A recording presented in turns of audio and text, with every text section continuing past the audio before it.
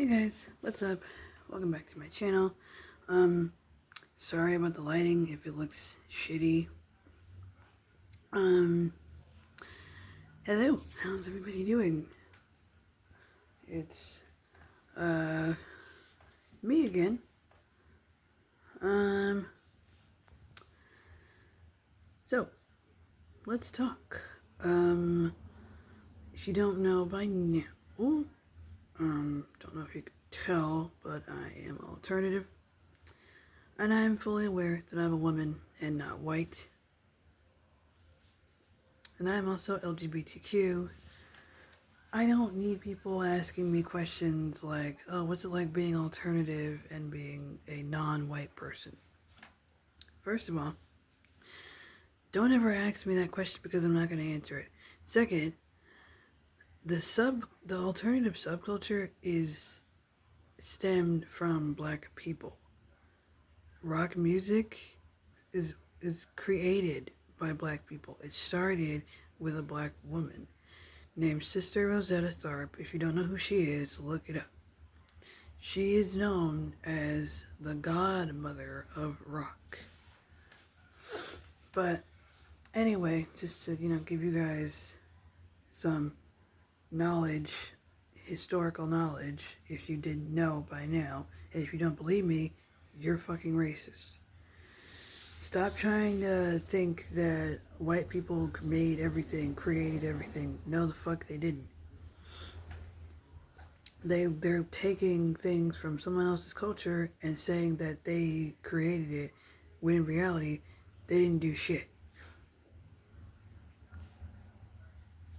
Also, guys, a lot of people have a problem with cultural appropriation. I can understand why, but at the same time, if it's not cultural appropriation, don't get so pissed off. But anyway,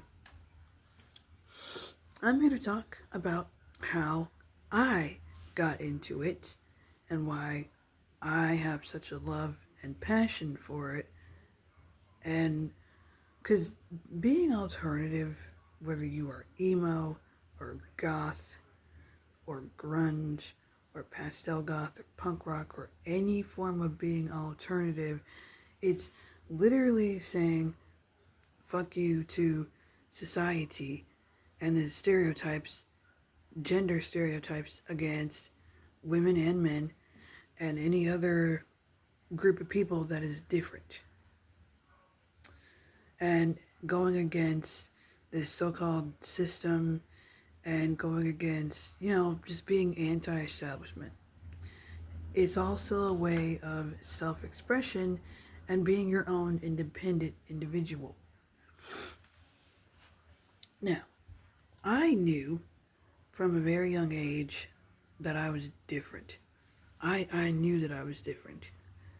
Not just because of my racial background or because I'm a woman, but I too have an eyesight condition.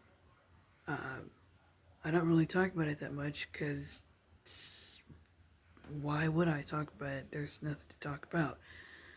But I've learned to accept it over the last couple of years.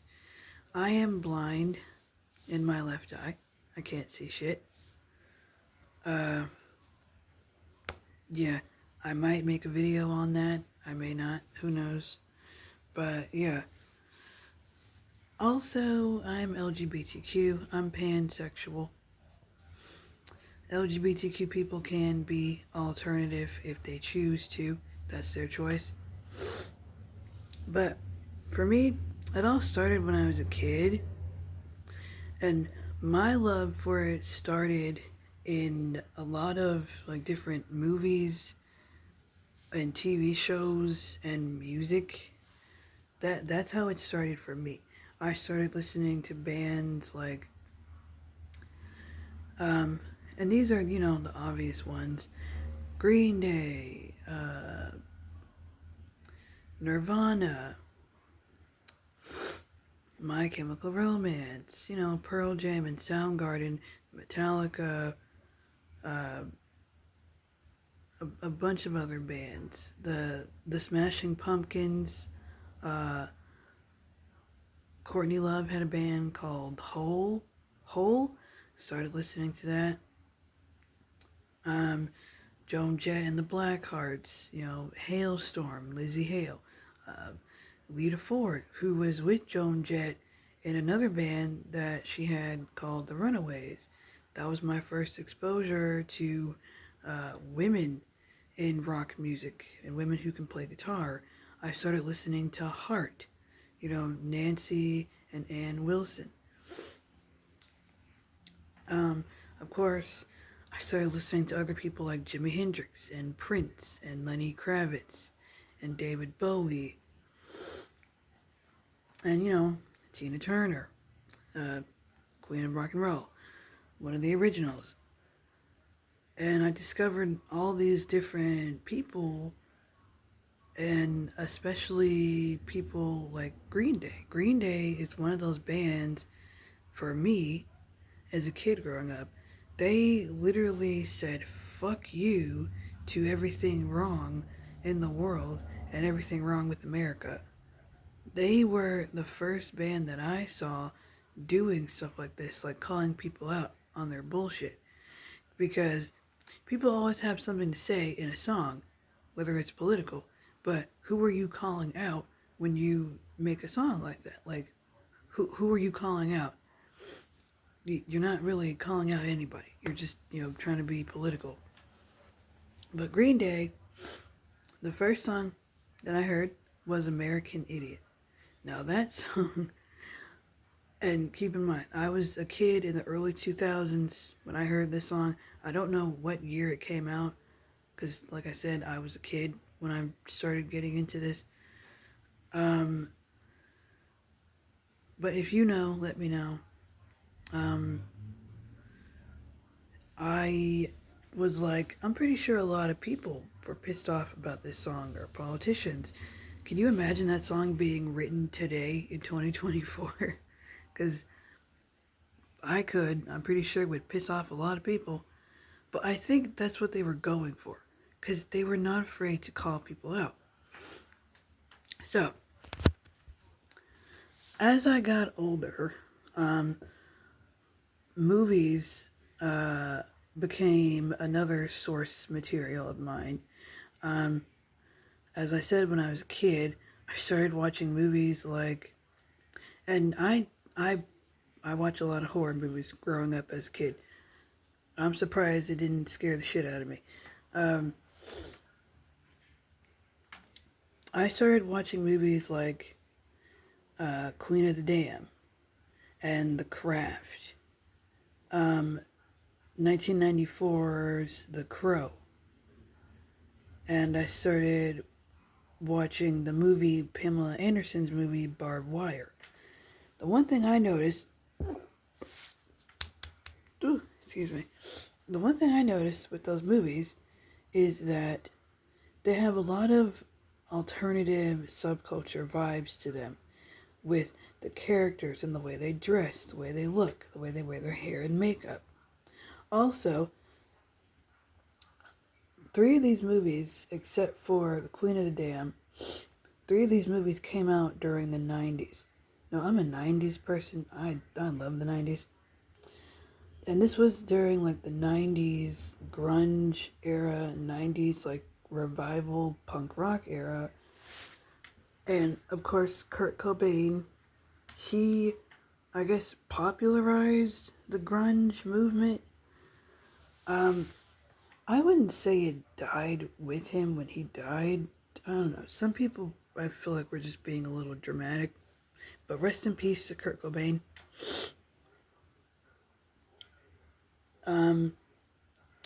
Kurt Cobain was another influence on me and my style, and, Green Day as well. But for me, those 3 movies, that is what started my love for the subculture and for my style of clothing now. And I also watched 2 other shows that had influence on my style. I don't know if you guys remember this, watching like Totally Spies or like the Bratz animated TV show. I was watching all that shit when I was growing up. And I still do because it's a part of my life. It's a part of my childhood. It got me into fashion, and those movies, it got me into the alternative subculture of fashion, not just the music, but also the fashion. And that's something that I loved. I loved the craft.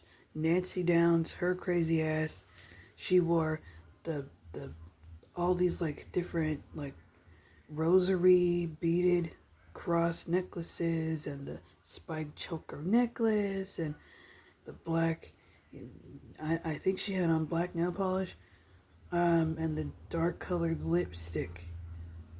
Like the actress who played her in that movie, she did a she did an amazing job. um Fast forward to when I was in middle school and high school. Middle school, I started looking up pictures and looking at, you know, magazines. I would try and find people that were alternative. Um, I didn't really find a lot. I did find some pictures of people like Elvira and Avril Lavigne. Avril Lavigne was these two other women. They were another inspiration on my influence of my style. Um, yeah, stuff like that. Also, around the same time, I started watching an anime called Nana. Nana was another big influence on my style of clothing and the way I dress. Um, Now, some of you are probably wondering, well, how did you end up dressing like this in middle school and high school? And yes, unfortunately, you will get made fun of for it. I knew what I wanted to look like as an alternative person, and I was, slowly building it up. I would wear, there was this one outfit that was a good example of me dressing alternative back when I was in middle school. I don't have that outfit anymore, but it was pretty cool. I wore like some baggy like pants and some Converse shoes and a button up like plaid pleated shirt. It was dark purple, and I wore like a pair of like black or gray like baggy pants, and I had on like the tattoo choker. I also started to experiment with different makeup. I started wearing dark lipstick. Not in middle school, but I started, experimenting with makeup more when I was in high school. I started wearing dark colored lipstick, and I started wearing all these like different colors of clothes, and I wore black and dark colored colors like burgundy and navy blue and dark chocolate brown and greens and olive tone colors and I also started wearing stuff a bit more that was colorful because I was also getting into the punk rock scene because of the anime Nana. Nana is what really, besides the movies and the music, Nana was another big influence on my style. I noticed in the punk rock subculture, they do more colorful stuff, more colorful things, especially with like the mohawk. It would be like all different colors and stuff. I thought that was cool, so I started experimenting with that. I would wear like different colored braids because I'm not gonna dye my hair different colors. That would damage the fuck out of it. So I started wearing, different colored braids, and like even now with my hair, it's mostly black, but I added some blonde to it. Even if you do something simple like that. Um, Nail polish. I started wearing different colored nail polish, like burgundy and dark purple and black nail polish. Um, I started wearing like headbands and stuff like that. And I remember the first time I wore black lipstick for the first time, I felt cool. And just, I was really embracing my inner alternative self. My grandmother and my sister, they never made fun of me for it. Because my aunt and my cousins and my grandmother, sister, they never made fun of me for dressing the way I dress. They thought I looked cool. Um, Especially my grandmother, she's cool with it. I had no idea she knew about the whole like punk rock era. But then again, my grandmother was around when it first started, in the 70s and 80s and all that. And I wasn't born until the 90s. So I'm very surprised that she knows about that. Yeah. Plus, we were looking at some clothes that I wanted to buy online. Um, and one of the descriptions said, like, oh, this is like grunge, like punk rock or something. And she's like, oh, you're into that? I was like, yeah, I've been into it since I was a kid. And she's like, oh, okay. So she was cool with it, you know. She never made fun of me for it. Honestly, she didn't really care. My grandmother, she's, chill. My grandmother, she's pretty chill. And plus, um, me growing up as a kid, I was very, very interested in fashion. I still am. So that's another reason why I like the alternative fashion subculture. Not just the music, but I also like the fashion part of it. Because I'm a person who likes fashion. But yeah, um, I remember,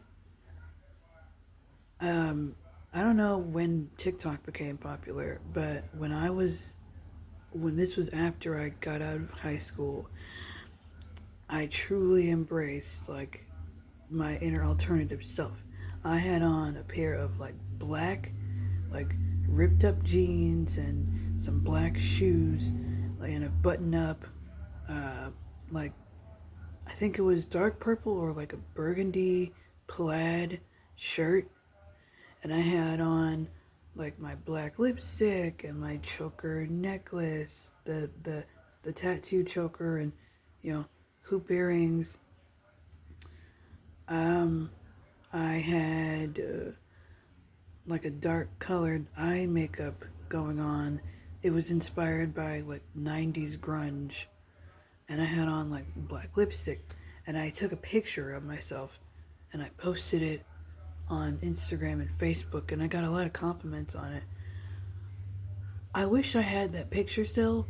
I don't have it anymore, but I wish I had that picture still. Um, but yeah, to me, it felt like it was something that I knew I was. I knew I wanted to be because I'm different. I don't just look different, but I am different, and that was different to me. And it was pretty much saying, oh, fuck you to the stereotypes in society. Like, you guys just have to not care about what people think or say about you in society, especially if you were alternative. Um, I don't know if guys ever go through this, like being fetishized because they're alternative. I know a lot. I know women do, and we didn't ask for it, and we shouldn't have to go through that shit. Especially if you're like goth. A lot of goth women have gone through that, and it's so messed up, and it's just sad. But yeah, to the guys who do that, who fetishize women, regardless of their racial background, if they're alternative, um, you're a loser. You're a sad, lonely, desperate loser who can't get any other women to like you, so you go and fetishize the next flavor of the month. You're a loser. Um, but to me, that stuff really does, it really is in my heart. And when I have kids, and if they want to be alternative, I will let them be alternative. Because there are alternative people out there that grew up with alternative parents, I just discovered it on my own. And, yeah. So, alternative, subculture, whether it's music or fashion, to me is everything because it's who I am. And, self expression to me is happiness. If it makes you happy, do whatever the fuck you want. It's not like you're doing anything illegal. You're not hurting anybody. You're just expressing yourself. But, yeah, guys, that's all I have to say for now. Also, be yourself, dress how you want, express how you want to express yourself. It does not matter. People can shut the fuck up because their opinion doesn't mean shit. And if you want to dress how you want to dress and be alternative, then what's more punk rock than that? To me, it's fucking cool. I will be doing a part 2 for this video. I will be, giving some ideas on how people can get started. I'll be talking about other bands that influenced my style and other people that have influenced my style. But yeah, guys, don't let people, bully you or discriminate against you because you're different, because you look different, because you dress different. Because guess what? They're a loser. A sad, lonely, immature, insecure loser. Bullying is for losers. Discrimination is for losers. And that's all I have to say about that. Stay blessed, be yourself, and not give a fuck about what people think or say about you in society because they're trash. People like that are trash. I'll see you in part 2.